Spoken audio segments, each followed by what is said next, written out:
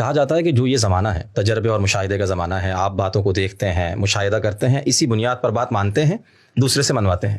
اس پس منظر میں ایک ایسا دین جو یؤمنون بالغیب کی دعوت پہ کھڑا ہے، آخر عام آدمی اٹھ کر یا ایک عقل مند آدمی، ایک انٹلیکچوئل کس بنیاد پہ اس کو قبول کرے گا؟ وہ تو غیب کے اوپر بات ہی کیوں کرے گا جب وہ تجربے اور مشاہدے کی دنیا میں کھڑا ہے؟ کون سے تجربے اور مشاہدے نے آج کے انسان کو تمام سوالوں کے جواب دے دیے بھائی؟ انسان کی تخلیق سے لے کے خاتمے تک کون سا بڑا سوال ہے جس کا جواب مجھے تجربے اور مشاہدے نے دے دی ہے؟ مثلا میں پیدا ہوتا ہوں، آٹا، گیہوں، دال، چاول کھاتا ہوں، مادہ ہوتا ہے، مادے کے اختلاط سے حیات پیدا ہوتی ہے، حیات سے شعور پیدا ہو جاتا ہے۔ کیسے ہو جاتا ہے بھائی؟ سائنس بتاتی ہے نا کیسے؟ یار کیسے بتاتی ہے سائنس؟ نہیں بتاتی، نہیں سائنس نہیں بتاتی، اللہ بالکل نہیں بتاتی۔ سائنس نے آج تک اس دائرے میں داخل ہونے کی جسارت تک نہیں کی کہ وہ یہ بتائے، وہ تو وہ پروسیس بتا رہی ہے کہ ہو کیسے رہا ہے آمنے سامنے، کیوں ہو رہا ہے۔ سوال یہ ہے کیوں ہو رہا ہے؟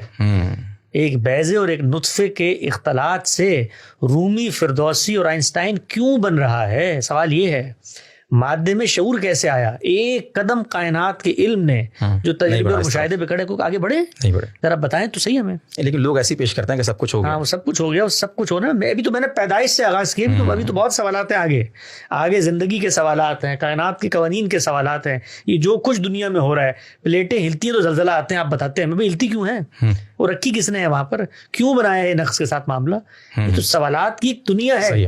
اس کے بعد آپ ہمیں آ کر اعتماد سے کہتے ہیں جی ہمیں ہر چیز کا علم ہو گیا ہے۔ کہاں سے علم ہو گیا بھائی؟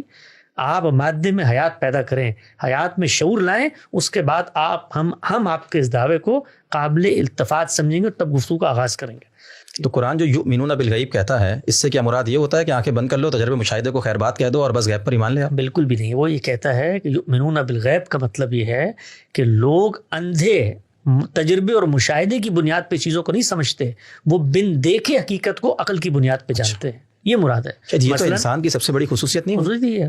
آپ نے دکھا دیا، بھینس کو بھی دکھا دو تو وہ بھی مان جاتی ہے۔ مولانا اصلاحی فرماتے تھے کہ انسان کا سب سے بڑا امتیاز یہ ہے کہ وہ سڑک پہ گاڑی چلا رہا ہے اور آگے سے گیند آ گئی ہے، تو اس گیند کو دیکھ کر وہ رفتار آہستہ کرتا ہے، یہ استنباط کرتے ہوئے کہ پیچھے کو بچہ بھی بھاگ کے آ رہا ہوگا۔